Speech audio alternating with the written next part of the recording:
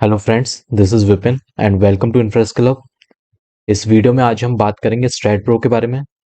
और यहाँ पर हम समझने की कोशिश करेंगे कि स्टैट प्रो हमारा होता क्या है। हम कोई भी अगर मॉडल बना रहे हैं स्टैट प्रो में या फिर उसकी डिज़ाइनिंग कर रहे हैं, तो उससे पहले हमें किन किन चीज़ों के बारे में पता होना चाहिए। तो आज हम वो सब चीज़ें समझेंगे यहाँ पर। तो यहाँ पर अगर हम सबसे पहले बात करते हैं स्टैट प्रो का फुल फॉर्म क्या होता है, तो स्टैट प्रो का फुल फॉर्म होता है स्ट्रक्चरल एनालिसिस एंड डिज़ाइन। और जैसा कि इसमें आप नाम में ही देख पा रहे हैं, स्ट्रक्चरल एनालिसिस एंड डिज़ाइन, यानी कि इसमें हम एनालिसिस कर सकते हैं एंड डिज़ाइन कर सकते हैं। मतलब कि जो स्टैट प्रो है वो आपका स्ट्रक्चरल डिज़ाइनिंग सॉफ्टवेयर है। इसके बाद इसमें हमारा नेक्स्ट पॉइंट आता है कि जो स्टैट प्रो है वो हमारा बनाया किसने है। तो ये हमारा बेंटले के थ्रू बनाया गया है। कोई भी अगर इसमें मॉडिफिकेशन होते हैं या फिर कोई भी अपडेट आते हैं स्टैट प्रो के अंदर, तो वो हमारा कौन करके देगा? बेंटले करके देता है। ठीक है, तो बेंटले हमारी एक कंपनी है जिसने स्टैट प्रो बनाया है। इसके अलावा इसमें अगर हम बात करते हैं कि हमारा जो सुपर स्ट्रक्चर होता है एंड जो सब स्ट्रक्चर होता है, इसमें हम स्टैट के थ्रू डिजाइन एंड एनालिसिस दोनों कर सकते हैं। ठीक है, और यहाँ पर आपको एक बात याद रखनी है कि कॉलम एंड बीम, अगर आप कॉलम डिजाइन कर रहे हैं एंड बीम डिजाइन कर रहे हैं, तो उस केस में जो आपको रिजल्ट्स मिलेंगे उसके अंदर आपको नंबर ऑफ बार्स बताए गए होते हैं, साइज ऑफ बार बताई गई होती है एंड स्टेप्स बताई गई होती हैं कि कितनी नंबर ऑफ स्टेप्स हमारी लगेंगी। लेकिन जब आप वही स्लैब डिजाइन करते हैं इसके अंदर, तो आपको सिर्फ यहाँ पे एरिया ऑफ स्टील बताया जाएगा। ठीक है, ना तो आपको साइज बताई जाएगी कि कितने डाई का स्टील यूज में लें, और ना ही आपको ये बताया जाएगा कि यहाँ पे कितने नंबर ऑफ बार्स हम यूज में ले रहे हैं, चाहे वो मेन बार्स हो या फिर सेकेंडरी बार्स हो। तो आपको यहाँ पर ये चीज ध्यान में रखनी है। अब यहाँ पर हम ये देख लेते हैं कि स्टैट प्रो के थ्रू हम क्या क्या बना सकते हैं। तो देखिए, सबसे पहले इसमें हम बना सकते हैं, अगर आप कोई बिल्डिंग कंस्ट्रक्शन करना है तो वो आप यहाँ पे कर सकते हैं। सेकंड, वाटर टैंक आपको बनाने हो, चाहे रेक्टेंगुलर हो, सर्कुलर हो या फिर इंजे टैंक हो, आप कोई भी वाटर टैंक यहाँ पे बना सकते हैं। थर्ड, डेट इज ट्रस या फिर वेयर हाउस, ये भी आप यहाँ पे बना सकते हैं। इसके अलावा ट्रांसमिशन लाइन टावर हो गई या फिर जो हमारे इलेक्ट्रिकल टावर्स होते हैं, उनका भी आप यहाँ पर एनालिसिस एंड डिजाइन कर सकते हैं।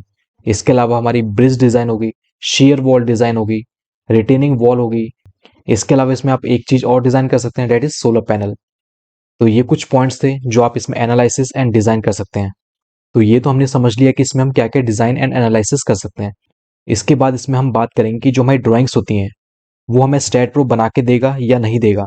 तो देखिए, सबसे पहले अगर हम बात करें सुपर स्ट्रक्चर की, तो सुपर स्ट्रक्चर केस में हमें ड्राइंग मैनुअली बनानी पड़ती है। ठीक है, आपको जो स्टैट प्रो है वो आपको ड्राइंग खुद बना के नहीं देता है।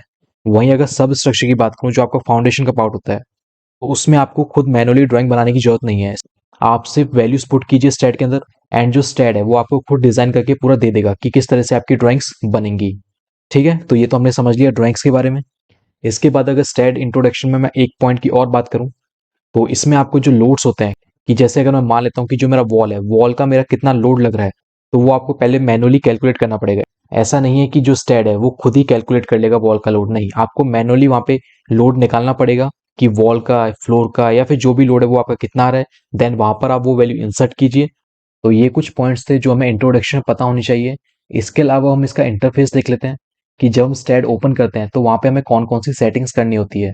कोई भी मॉडल आपको क्रिएट करने से पहले सबसे आप यहाँ पे जो फाइल का ऑप्शन है आप इस पर क्लिक करेंगे। देन आप यहाँ पे कॉन्फ़िगर ऑप्शन में जाएंगे। उसके बाद जो आपका डिफॉल्ट ओपन होगा वो आपका बेस यूनिट ओपन होता है।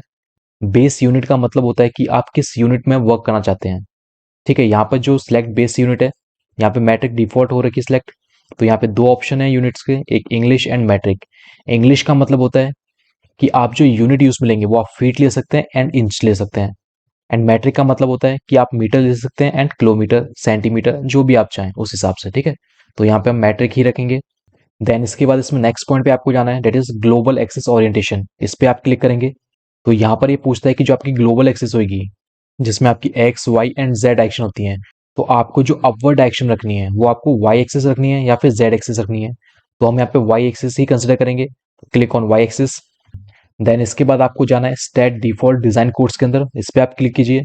तो यहाँ पर आपके कोड्स आ जाएंगे कि आप किस कोड को प्रेफर करके यहाँ पे डिजाइन कर रहे हैं। तो सबसे पहले इसमें हम बात करते हैं स्टील डिजाइन कोड्स की। तो यहाँ पर मैंने सेलेक्ट कर रखा है डेट इज IS 800। ठीक है, क्योंकि IS 800 के हिसाब से हम स्टील डिजाइन करते हैं, जो हमारा स्टील कोड होता है।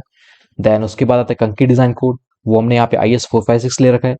ठीक है, लेकिन अगर आप डक्टाइल डिटेलिंग करना चाहते हैं, अर्थक्वेक रेजिस्टेंट स्ट्रक्चर अगर आप बना रहे हैं, तो उस केस में आप कौन सा कोड लेंगे? IS 13920 2016। ठीक है, IS 13920 यहाँ पे दे रखा है, तो आप इस पे क्लिक कर दीजिए। तो आप जिस भी कोड का रेफरेंस लेके आप डिजाइन कर रहे हैं, तो वो आप यहाँ पे चेंजेस कर सकते हैं।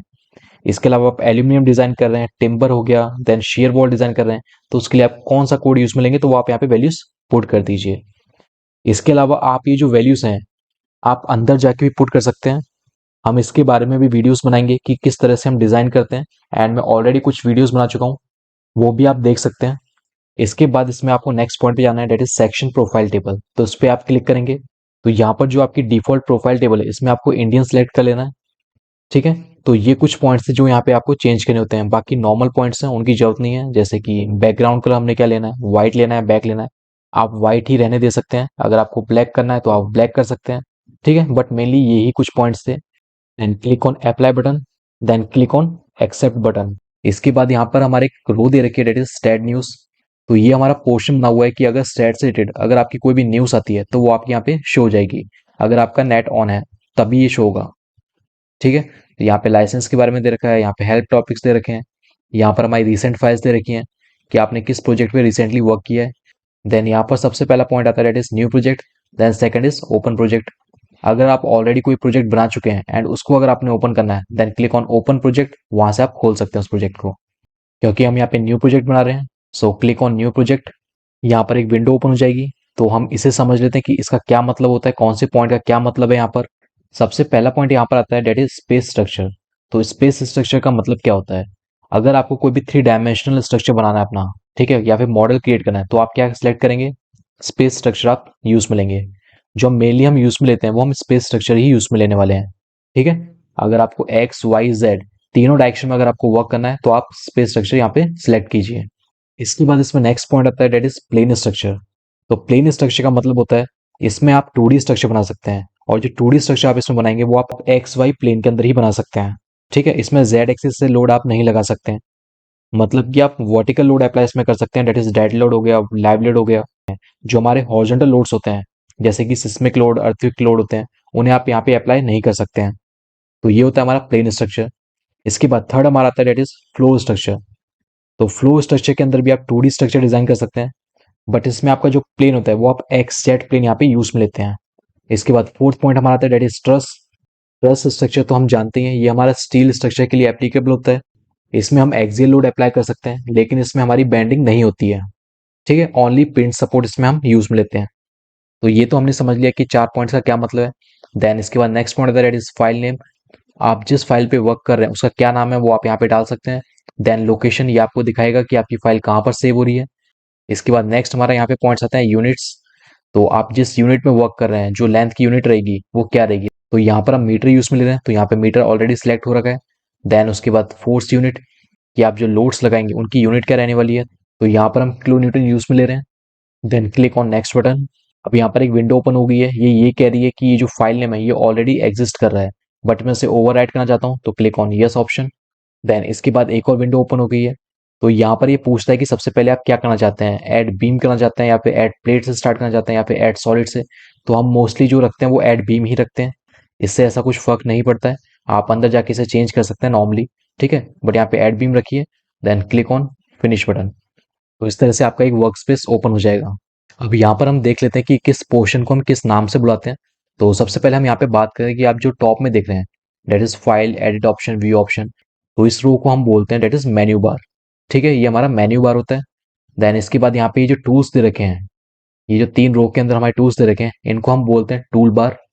देन नेक्स्ट यहाँ पे जो लेफ्ट साइड में टूल्स दिख रहे हैं या फिर जो ऑप्शंस आ रहे हैं, इनको हम बोलते हैं page control bar. And right side में जो हमारी विंडोज ओपन होती हैं, ठीक है, इसको हम बोलते हैं डेटा एरिया बार। और जहां पर आप वर्क करते हैं, ये जो सेंटर का जो स्पेस है that is white in colour, इसको आप बोलोगे वर्क स्पेस। तो ये एक इंट्रोडक्टरी वीडियो थी स्टैट प्रो के ऊपर। इंफ्रा स्किल हब में हम आपको स्टैट प्रो से रिलेटेड सभी चीज सिखाएंगे, एंड मैं ऑलरेडी कुछ वीडियोस डाल चुका हूं, तो आप उनको देख सकते हैं एंड आप नॉलेज गेन कर सकते हैं। और अगर आपको ये वीडियो समझ में आई है तो आप अपने दोस्तों को शेयर कीजिए। Thank you.